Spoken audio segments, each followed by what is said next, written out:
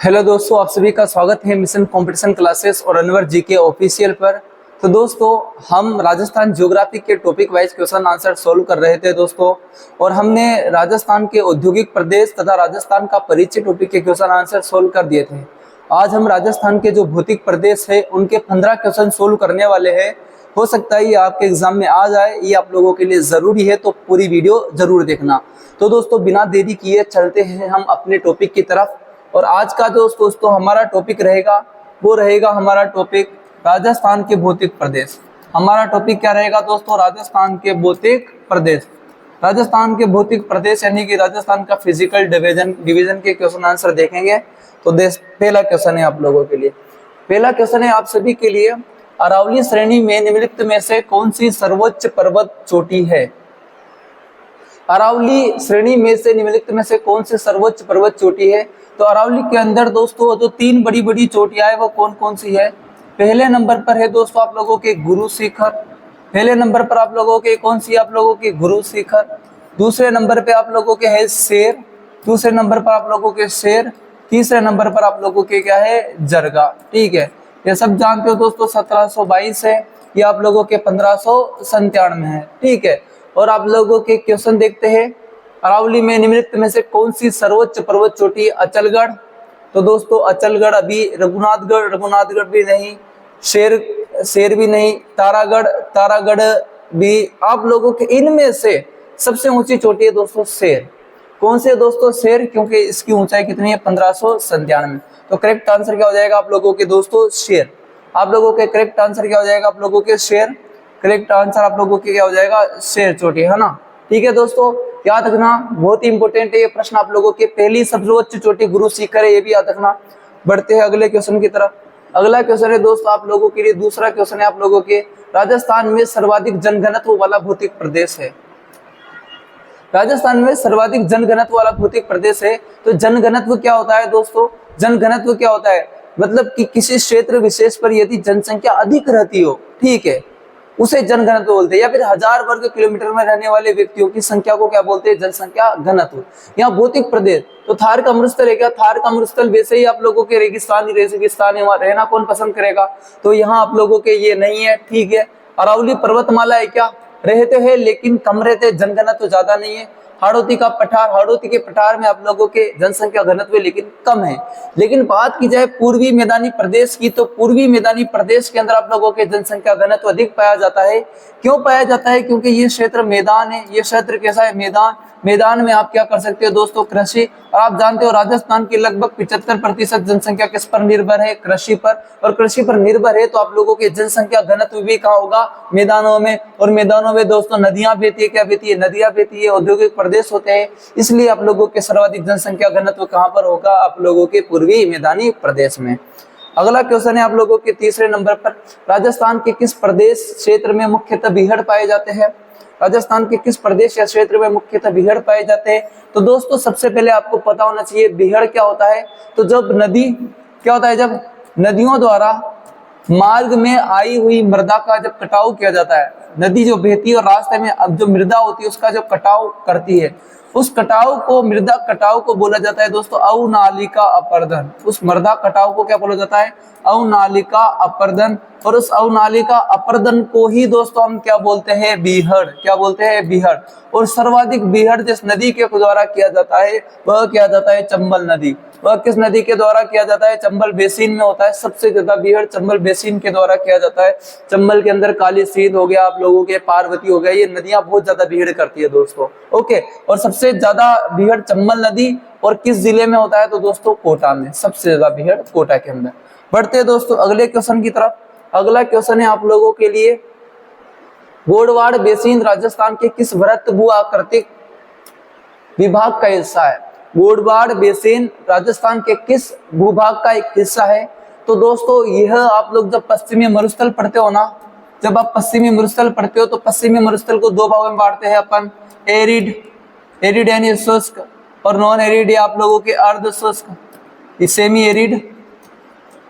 एक तो होता है एरिड शुष्क और एक सेमी एरिड यानी कि अर्ध शुष्क। शुष्क को दोस्तों हम दो भागों में बांटते हैं, क्या? बालू का स्तूप प्रदेश। बालू का स्तूप प्रदेश, कौन सा स्तूप प्रदेश दोस्तों? बालू का स्तूप प्रदेश, और इसे पढ़ते हैं एक बालू का मुक्त प्रदेश। ठीक है, बालू का मुक्त प्रदेश। एक होता है बालू का युक्त, एक होता है युक्त, और एक होता है दोस्तों मुक्त। अर्ध शुष्क को 4 भागों में बांटते, कितने भागों में दोस्तों? 4 भागों में। अब सबसे पहले पर पढ़ते हैं दोस्तों घग्गर बेसिन। अर्ध शुष्क में सबसे पहले घग्गर बेसिन। दूसरे नंबर पर अपन पढ़ते हैं दोस्तों कांतली बेसिन या शेखावटी बेसिन या थोरावटी बेसिन। उसके बाद अपन बैठते हैं दोस्तों और अपन उसके बाद पढ़ते हैं नागौरी उच्च भूमि। कौन सी उच्च भूमि दोस्तों? तीसरे नंबर पर नागौरी उच्च भूमि। चौथे नंबर पर पढ़ते हैं दोस्तों लूनी बेसिन। जो लूनी नदी का प्रवाह क्षेत्र है दोस्तों उसे बोला जाता है गोडवाड़। लूनी नदी का जो बहाव क्षेत्र उसे क्या बोला जाता है? गोडवाड़। तो गोडवाड़ बेसिन किसका भाग होगा? पश्चिमी मरुस्थल का। ये देखो डी ऑप्शन बिल्कुल करेक्ट हो जाएगा, थार या पश्चिमी मरुस्थल। थार या पश्चिमी मरुस्थल। देख लो गोडवाड़ बेसिन राजस्थान के किस वृत्त भू आकृति विभाग का हिस्सा है? तो राजस्थान के अंदर पश्चिमी मरुस्थल को 2 भागों में बांटा गया है, शुष्क और अर्ध शुष्क। शुष्क को 2 भागों में बांटा गया है, बालू का युक्त और बालू का मुक्त। उसके बाद बात की जाए अर्ध शुष्क को 4 भागों में, घग्गर, कांतली, उसके अलावा नागौरी उच्च, और उसके बाद लूनी या लूनी का भाव क्षेत्र बोलते हैं गोडवाड़। तो गोडवाड़ आप लोगों के थार का मरुस्थल या पश्चिमी मरुस्थल बिल्कुल करेक्ट हो जाएगा। ये क्वेश्चन समझ में आया तो वीडियो को लाइक करके फॉलो जरूर कर लेना दोस्तों। अगला क्वेश्चन है आप लोगों के राजस्थान में पुष्प प्रदेश का संबंध किस नदी बेसिन से है? राजस्थान में पुष्प प्रदेश का संबंध किस नदी बेसिन से है? तो दोस्तों राजस्थान में पुष्प प्रदेश का संबंध किस नदी बेसिन से है बताओ?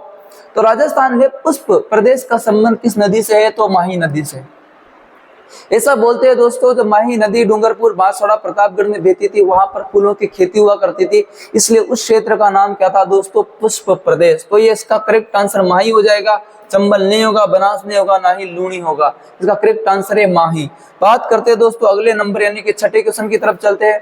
छठा क्वेश्चन है निम्नलिखित में से जुरेसिक कालीन, निम्नलिखित में से जुरेसिक कालीन प्राकृतिक वनस्पति के अवशेष कहाँ से प्राप्त हुए? यदि बात आ जाए पश्चिमी मरुस्थल के अंदर प्राकृतिक वनस्पति की, तो याद रख लेना आप लोगों के एक जगह, वो है आप लोगों के जैसलमेर के अंदर। जब बात आ जाए प्राचीन वनस्पति की दोस्तों, वो भी जुरेसिक कालीन की, तो एक जगह याद करना जैसलमेर। जैसलमेर के अंदर आप लोगों के एक उद्यान है, जैसलमेर के अंदर एक उद्यान, इसे बोलते हैं राष्ट्रीय मरु उद्यान। राष्ट्रीय मरु उद्यान जो कि जैसलमेर और बाड़मेर के अंदर है। ये इसके अंदर दोस्तों एक गांव है, इसी के अंदर आप लोगों के एक पार्क है जिसे बोलते हैं आकल वुड फासिल पार्क। इसी के अंदर एक पार्क है जिसे बोलते हैं आकल वुड फासिल पार्क, जो कहां पर है? एक गांव है दोस्तों, आकल गांव। यहाँ पर आप लोगों को जो प्राचीन समुद्री वनस्पति के अवशेष मिले, डायनासोर के अवशेष मिले हैं, तो करेक्ट हो जाएगा दोस्तों आकल गांव। आकल गांव के अंदर आप लोगों के क्या मिली है? जुरेसिक कालीन प्राकृतिक वनस्पति। ओके, बात करते हैं दोस्तों अगले क्वेश्चन की तरफ। अगला क्वेश्चन है आप लोगों के निम्नलिखित कथनों में से असत्य कथन का चयन कीजिए। अगला क्वेश्चन है आप लोगों के निम्नलिखित में से असत्य कथन का क्या करना है? आप लोगों को चयन करना है। तो दोस्तों पहला कथन पढ़िए आप लोग। पहला कथन क्या है? पहला कथन है संरचनात्मक दृष्टि से पूर्वी मैदानी प्रदेश भारतीय उच्चावच उत्तरी विशाल मैदान का भाग है। ठीक है, ये कहना चाह रहा है कि जो राजस्थान की जो संरचना है यानी कि भौगोलिक आकृति है ना, वो पूर्वी मैदानी प्रदेश भारतीय उच्चावच के, मतलब भारत का कौन सा पूर्वी मैदानी प्रदेश है? उत्तरी विशाल मैदान का भाग है। पूर्वी मैदानी प्रदेश, और ये राजस्थान का पूर्वी मैदानी प्रदेश भारतीय उच्चावच के उत्तरी विशाली मैदान का भाग है। क्या ये सही है दोस्तों? क्या ये सही है कि भाई आपके उत्तर विशाल मैदान का भाग? पूर्व बिल्कुल दोस्तों, ये मैदान भारत का जो मैदान है उसी का पार्ट होगा राजस्थान का मैदान, तो ये मैदान जहाँ हो गया, बिल्कुल सही है। ठीक है, अगला है आप लोगों के लाठी सीरीज का विस्तार मोहनगढ़ से जैसलमेर के मध्य। बिल्कुल दोस्तों, लाठी सीरीज आप लोगों के मोहनगढ़ से जैसलमेर के मध्य यानी कि मोहनगढ़ से पोखरण, मोहनगढ़ से पोखरण के मध्य यानी कि ये सही है बिल्कुल, जैसलमेर यानी कि पोखरण। उसके बाद है आप लोगों के मानदेसरा का पठार। बिल्कुल, मानदेसरा का पठार आप लोगों के चित्तौड़गढ़ में स्थित है, और आप लोगों के चित्तौड़गढ़ का किला किस पठार पर स्थित है? मानदेसरा के पठार। ये भी ए भी सही, बी भी सही, सी भी सही। असत्य कथन कौन सा हो जाएगा? डी।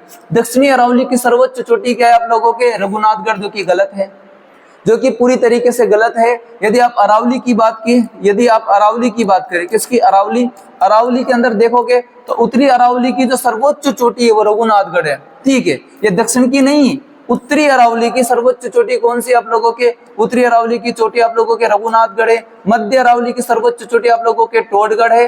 मध्य अरावली की सर्वोच्च चोटी टोडगढ़ है, दक्षिण अरावली की सर्वोच्च चोटी आप लोगों के गुरु शिखर है। कौन सा शिखर है? गुरु शिखर। तो दिया आप लोगों के दक्षिण अरावली की सर्वोच्च चोटी यहाँ पर क्या था? गुरु शिखर।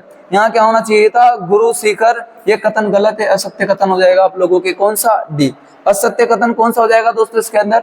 असत्य कथन कौन सा हो जाएगा? डी। ठीक है, बात करते अगले क्वेश्चन 8 की तरफ चलते हैं। 8वां क्वेश्चन है, प्रोफेसर बीसी मिश्रा ने राजस्थान के कितने भौगोलिक प्रदेशों में विभाजित किया है? एक प्रोफेसर है जिनका नाम है बीसी मिश्रा, उन्होंने राजस्थान के भौगोलिक आकृति को, भौगोलिक प्रदेश को कितने भागों में बांटा है? तो दोस्तों कितने भागों में बांटा है? प्रोफेसर बीसी मिश्रा ने राजस्थान के भौगोलिक आकृति को, भौगोलिक प्रदेश को 7 भागों में बांटा है। और सबसे पहले राजस्थान का भौगोलिक विभाजन करने वाले जो व्यक्ति थे वो थे प्रोफेसर बीसी मिश्रा। उन्होंने राजस्थान के भौतिक प्रदेशों को कितने भागों में बांटा? 7 भागों में। उन्होंने उत्तर वाले को, आप लोगों के उपजाऊ मैदान वाले को गंगनहर प्रदेश बोला, ठीक है। उसके अलावा शुष्क मरुस्थल बोला, अर्धशुष्क मरुस्थल बोला, अरावली प्रदेश पूर्वी मैदान हो जाएगा आप लोगों के, और औद्योगिक प्रदेश हो जाएगा आप लोगों के। लगभग 7 भागों में बांटा है उन्होंने आप लोगों के प्रोफेसर बीसी मिश्रा ने। अगला क्वेश्चन है आप लोगों के 9वां, निम्नलिखित में से कौन सा युग्म सुमेलित नहीं है? तो एक तरफ चोटी देके रखी, एक तरफ जिला कमलनाथ। बिल्कुल दोस्तों, कमलनाथ आप लोगों के उदयपुर में है, सज्जनगढ़ उदयपुर में, ये गलत हो जाएगा। सज्जनगढ़ जयपुर में नहीं है, सज्जनगढ़ कहाँ पर है आप लोगों के? सज्जनगढ़ चोटी उदयपुर में है। उसके बाद रघुनाथगढ़ उत्तरी अरावली की सर्वोच्च चोटी है सीकर, बिल्कुल सही। बाबाई आप लोगों के झुंझुनू है, बबाई जयपुर है। बाबाई झुंझुनू है, बबाई जयपुर है। ओके दोस्तों, उसके बाद बात की जाए दोस्तों अगला क्वेश्चन देखते हैं दोस्तों। 10वें नंबर का जो क्वेश्चन है वो है, बोराट का पठार स्थित है। अगला क्वेश्चन है आप लोगों के, बोराट का पठार स्थित है। तो दोस्तों बोराट का पठार कहां पर स्थित है? रघुनाथगढ़ और नाहरगढ़ के मध्य, अचलगढ़ और देलवाड़ा के मध्य, कुंभलगढ़ और गोगुंदा के मध्य, भैंसरोडगढ़ और बिजोलिया के मध्य। तो दोस्तों कुंभलगढ़ और गोगुंदा के मध्य जो है उसे बोलते हैं आप लोगों के कौन सा पठार? बोराट का पठार, ठीक है। तो कुंभलगढ़ राजसमंद से लेकर गोगुंदा उदयपुर के मध्य जो पठार स्थित है वो पठार कौन सा है? बोराट का पठार। उसके बाद भैंसरोडगढ़ चित्तौड़ से लेकर बिजोलिया भीलवाड़ा के मध्य जो पठार है वो आप लोगों के कौन सा पठार है? आप लोगों के वो है ऊपरमाल का पठार। वो कौन सा पठार है? ऊपरमाल का पठार। ऊपरमाल का पठार भैंसरोडगढ़ चित्तौड़गढ़ से बिजोलिया भीलवाड़ा के मध्य आप लोगों के, भैंसरोडगढ़ चित्तौड़गढ़ से बिजोलिया भीलवाड़ा के मध्य आप लोगों के कौन सा है? ऊपरमाल का पठार। और कुंभलगढ़ राजसमंद से गोगुंदा उदयपुर के मध्य आप लोगों का कौन सा है? बोराट का पठार। और एक पठार है दोस्तों मानदेसरा का पठार। कौन सा पठार? एक मानदेसरा का पठार। मानदेसरा का पठार आप लोगों के कहां पर स्थित है दोस्तों? चित्तौड़गढ़ में स्थित है आप लोगों के। कोई पूछ ले आप लोगों से भोमट का पठार कहाँ है? ये तो भोराट है, ये तो बोरहाट है ना, कुंभलगढ़ से गोगुंदा। भोमट का पठार कहाँ है? तो बोल देना भाई उसको सिरोही में है, उदयपुर, डूंगरपुर और बांसवाड़ा। ये जो आप लोगों के दक्षिणी राजस्थान वाला पार्ट है, ये वाला, ये आप लोगों के कौन सा पठार है? भोमट का पठार है। कोई आप लोगों से पूछ ले उड़िया का पठार कहाँ है? कोई आपसे पूछ ले उड़िया का पठार कहाँ है तो उसे बोल देना उड़िया का पठार सिरोही में स्थित है। कोई पूछ ले आप लोगों से आबू का पठार कहाँ पर है तो आबू का पठार उसे बोल देना आबू का पठार भी कहाँ पर है? सिरोही में। कोई पूछ ले राजस्थान का सबसे ऊंचा पठार कौन सा है तो बोल देना उड़िया का पठार राजस्थान का सबसे ऊंचा पठार है सिरोही के अंदर। ओके दोस्तों, बढ़ते हैं अगले क्वेश्चन की तरफ। अगला क्वेश्चन है आप लोगों के, हाड़ौती के पठार का सर्वोच्च शिखर है। हाड़ौती के पठार का सर्वोच्च शिखर है। हाड़ौती के पठार का सर्वोच्च शिखर है। तो इसका आंसर आप लोगों के हो जाएगा दोस्तों कौन सा? चांदमारी, चांदबाड़ी है ना, ये चांदमारी या चांदबाड़ी करके एक चोटी आती है दोस्तों हाड़ौती के पठार के अंदर। ये सबसे ऊंची चोटी है हाड़ौती के पठार की। ये करेक्ट आंसर हो जाएगा आप लोगों के कौन सा? सी। बढ़ते अगले क्वेश्चन की तरफ। अगला क्वेश्चन है आप लोगों के 12वां क्वेश्चन, निम्नलिखित में से शुष्क मरुस्थल प्रदेश में बालू का स्तूप मुक्त प्रदेश और बालू का स्तूप युक्त प्रदेश है। दोस्तों थोड़ी देर पहले मैंने ये समझाया था आप लोगों को कि पश्चिमी मरुस्थल को, किसको? पश्चिमी मरुस्थल को 2 भागों में बांटा गया है। कितने भागों में? 2। आप लोगों के एक तो शुष्क, एक अर्ध शुष्क, एक आप लोगों के अर्ध शुष्क। शुष्क के अंदर आप सब रेत के टीले पढ़ते हो। क्या पढ़ते हो? रेतीले टीले, रेतीले टीले, रेतीले टीले पढ़ते हो दोस्तों, जिन्हें बोलते हैं बालू का स्तूप। जिन्हें क्या बोला जाता है? बालू का स्तूप बोला जाता है। क्लियर? और अर्ध शुष्क मरुस्थल को 4 भागों में बांटा, गग्गर बेसिन, कांतली बेसिन, नागौरी उच्च भूमि, गोडवाड़ बेसिन या लूनी बेसिन। तो दोस्तों मरुस्थल को ये तो 2 भागों में, इसके अलावा 2 भागों में और बांटते हैं। एक तो जहां जहां बालू है तो उसे बोलेंगे बालू का युक्त, और जहां जहां बालू का नहीं है उसे बोलेंगे बालू का मुक्त। तो इसमें बालू का युक्त प्रदेश कितना है और बालू का मुक्त प्रदेश कितना है? तो दोस्तों बालू का युक्त ज्यादा है और बालू का मुक्त ज्यादा है। तो 41.50% ये आप लोगों के मुक्त प्रदेश है, बालू का मुक्त, और 58.50 ये युक्त प्रदेश यानी कि बालू का युक्त। तो देखो भाई, बालू का स्तूप मुक्त प्रदेश 41.50 और 58.50 बालू का स्तूप युक्त प्रदेश हो जाएगा। ठीक है, कोई दिक्कत, कोई समस्या, किसी भी प्रकार की कोई प्रॉब्लम नहीं होनी चाहिए आप लोगों को। बिल्कुल इजी है दोस्तों, मैं जहां हूं वहां टेंशन लेने वाली बात नहीं है, वहां टेंशन देने वाली बात है। अगला क्वेश्चन है आप लोगों के, निम्नलिखित में से भौगोलिक संरचना जो जल संभर का उदाहरण है, बताओ दोस्तों, निम्नलिखित में से कौन सी संरचना जल संभर का उदाहरण है? मैं गारंटी के साथ बोल दूं, आप लोगों में से बहुत सौ को तो पता ही नहीं होगा कि जल संभर होता क्या है। तो दोस्तों जल संभर क्या होता है?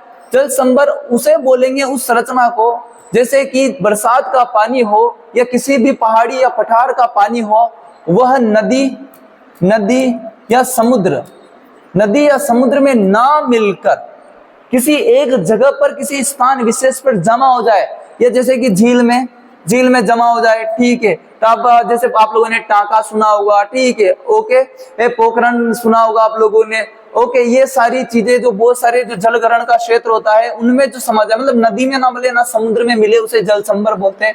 और ऐसा जो पठार है आप लोगों के, वो पठार है बोराट। कौन सा? बोराट का पठार आप लोगों के किसका उदाहरण है दोस्तों? जल संभर का उदाहरण है बोराट का पठार, जो कि कुंभलगढ़ आप लोगों के राजसमंद से गोगुंदा उदयपुर के मध्य स्थित है। ठीक है, उसके बाद बात कीजिए आप लोगों के 14 नंबर पर बरखान है। तो अभी जस्ट मैंने डिफाइन किया था कि रेत के मतलब बालू का, एक तो होता है शुष्क मरुस्थल के अंदर बालू का स्तूप पाए जाते हैं जिन्हें बोलते हैं आप लोगों के रेत के टीले। तो ये बरखान रेत का टीला है। बरखान क्या है? रेत का टीला, मतलब कि रेत का टीला जिसे अपन क्या बोलते हैं? बालू का स्तूप। तो बालू का स्तूप का एक प्रकार है, बालू का स्तूप का एक प्रकार है जिसका नाम है दोस्तों बरखान। क्या है दोस्तों? बरखान। और बरखान से प्रश्न क्या बनता है? बरखान की आकृति कैसी है? तो बरखान की आकृति है दोस्तों अर्धचंद्राकार। बरखान कैसा है दोस्तों? अर्धचंद्राकार। सबसे ज्यादा सर्वाधिक गतिशील, सर्वाधिक तेज हवाओं द्वारा बनने वाला बालू का स्तूप कौन सा है? तो बरखान है। तो कौन सा है दोस्तों? आप लोगों के बरखान है। उसके अलावा ये कहां पर हम ज्यादातर बनते हैं दोस्तों? भालेरी। कहां पर? भालेरी चुरू के अंदर, जोधपुर के अंदर, लगभग राजस्थान, पूर्वी पश्चिमी राजस्थान में देखने को मिलता है, ये याद रखना। ठीक है, बरखान क्या है? रेत का टीला यानी कि बालू का स्तूप। चलो बढ़ते अगले क्वेश्चन की तरफ। अगला क्वेश्चन है आप लोगों के लिए लास्ट क्वेश्चन, निम्नलिखित में से कौन सा दर्रा या हाड़ौती के पठार में स्थित नहीं है? इस सवाल का जवाब आपको कमेंट में देना है दोस्तों। मैं फिर भी बता दूं, लाखेरी दर्रा बूंदी, रामगढ़ दर्रा आप लोगों के 12, और जेतवास दर्रा बूंदी ये आप लोगों के है सोमेश्वर दर्रा। मैं यहाँ दिखा दूं आप लोगों को जूम करके, देखो सोमेश्वर दर्रा, ये देखो लाखेरी दर्रा बूंदी, नाम सुन के रखा होगा आप लोगों ने, लाखेरी दर्रा बूंदी, रामगढ़ खटगड़ी आप लोगों के 12 है ना, जेतवास दर्रा आप लोगों के बूंदी, सोमेश्वर की नाल आप लोगों के राजसमंद में है। कहां पर है दोस्तों? राजसमंद में। सोमेश्वर दर्रा कहां है? आप लोगों के राजसमंद के अंदर। ठीक है दोस्तों, आप सभी ने अपना बहुत ही महत्वपूर्ण समय दिया। आप लोग बताना दोस्तों वीडियो कैसी बनी आप लोगों के लिए। क्या ये 15 20 क्वेश्चन डेली लाया जाए? यदि आप सपोर्ट करोगे तो जरूर लेकर आऊंगा। जरूर बताना दोस्तों, क्या यह सीरीज 10 क्वेश्चन 15 क्वेश्चन की सीरीज चलती रहनी चाहिए? टॉपिक वाइज क्वेश्चन बनाते रहने चाहिए और एक अनुसंधान केंद्र भी करवा दिए, वैसे आप लोगों के क्वेश्चन आंसर करवाता रहूं मैं। यदि आप सपोर्ट करो तो ही करवाऊंगा दोस्तों मैं। ठीक है दोस्तों, आप सभी का धन्यवाद। कोई गलती हो, कोई कमी हो तो माफ कर देना। आप सभी इसका जो भी यहाँ से क्वेश्चन बने उसे गलत करके मत आना। धन्यवाद।